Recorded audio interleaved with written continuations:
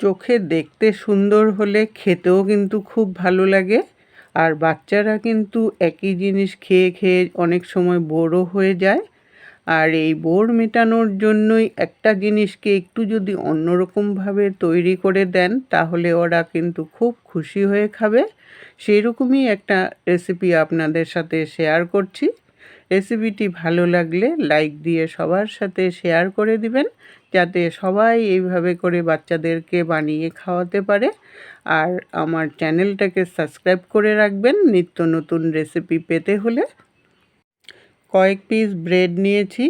Bread দেখবেন কয়েকদিন ফ্রিজে থেকে থেকে একটু শক্ত হয়ে যায়, তখন কিন্তু আর খেতেও ভালো লাগে না। সেরকমই কয়েক পিস ব্রেড নিয়ে এই রেসিপিটাকে বানাতে পারবেন।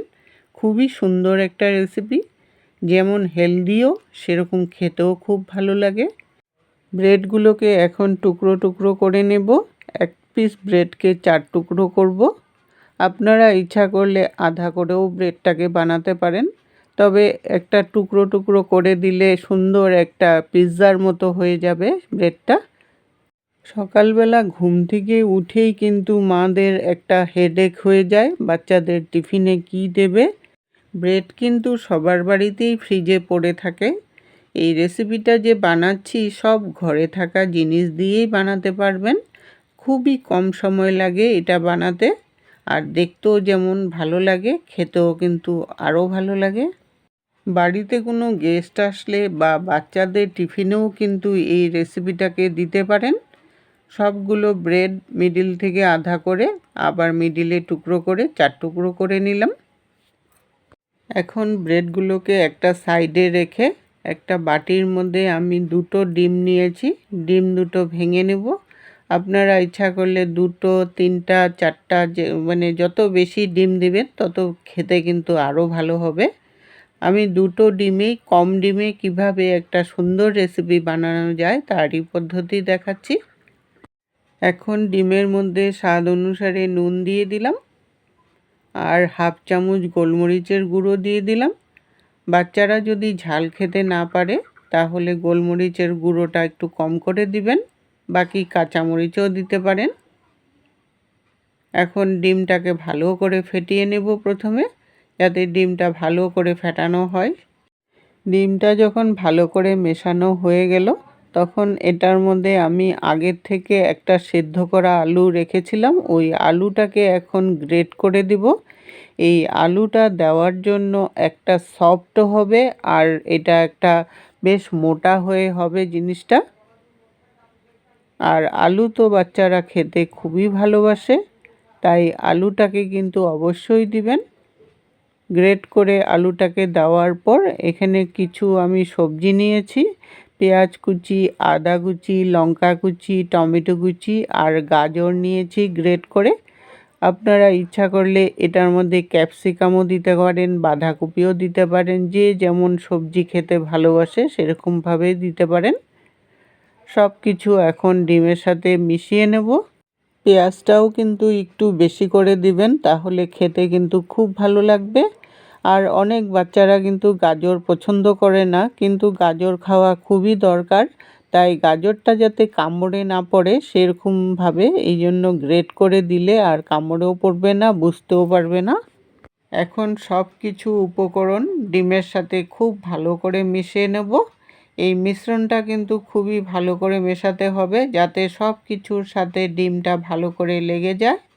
এখানে কিন্তু যা যা দিয়েছি সবই বাচ্চাদের পছন্দেরই জিনিস। ডিমটাও বাচ্চারা খুবই পছন্দ করে, আর আলু তো আরও পছন্দ করে। সব কিছু মিশ্রণটা যখন মেশানো হয়ে গেল, একটু ঘন হয়ে গেছে, তার জন্য একটু পাতলা করতে হবে। আধা কাপ দুধ দিয়ে দিলাম। এটা আগের থেকে জাল দেওয়া ঠান্ডা দুধ। গরম দুধ কিন্তু একদমই দিবেন না, তাহলে ডিমটা কিন্তু একটু জমাট বেঁধে রেসিপিটা ভালো হবে না। পুরো ব্যাটারটা কিন্তু মেশানো হয়ে গেছে। আপনারা ইচ্ছা করলে এটার মধ্যে একটু মিষ্টিও দিতে পারেন, তবে যেহেতু পেঁয়াজটা আমি বেশি করে দিয়েছি আর দুধটাও পড়েছে, তার জন্য মিষ্টিটা আর দিলাম না। এখন একটা ফ্রাই প্যান বসিয়ে 1 চামচ রিফাইন্ড অয়েল দিয়ে দিলাম। খুবই কম তেল লাগে এই রেসিপিটা বানাতে। আর এই রেসিপিটা বানাতে হলে ফ্রাই প্যানেই কিন্তু অবশ্য বানাবেন, তাহলে কিন্তু সুন্দর হবে। তেলটা মিডিয়াম আঁচে রেখে যখন গরম হয়ে গেল তখন টুকরো ব্রেডগুলোকে এইভাবে কোনাকুনিভাবে সাজিয়ে দিতে হবে, তাহলে দেখতে কিন্তু খুব সুন্দর লাগে। এটা একটা গোল করে সাজিয়ে নিয়ে তারপর ওপর থেকে ব্যাটারটা দিতে হবে যাতে ফাঁকাগুলোর মধ্যে সুন্দর করে ঢুকে যায়, আর চারিদিকে একটু ঘুরিয়ে ঘুরিয়ে যেখানে ফাঁকা আছে ওগুলোকেও ফিল আপ করে দিতে হবে, একটা গোল রুটির মতো করে দিতে হবে।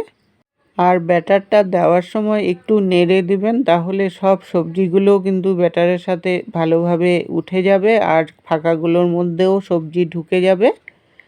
পুরো গোল করে নিয়ে তার উপরে আমি দুটো ধনেপাতা দিয়ে দিলাম, দেখতেও সুন্দর লাগবে আর খেতেও কিন্তু তখন খুব ভালো লাগবে, একটা ধনেপাতারও ফ্লেভার আসবে। এখন 5 মিনিটের জন্য একদম লো ফ্লেমে ঢাকা দিয়ে রাখবো, তাহলে সুন্দর করে জমাট বেঁধে যাবে।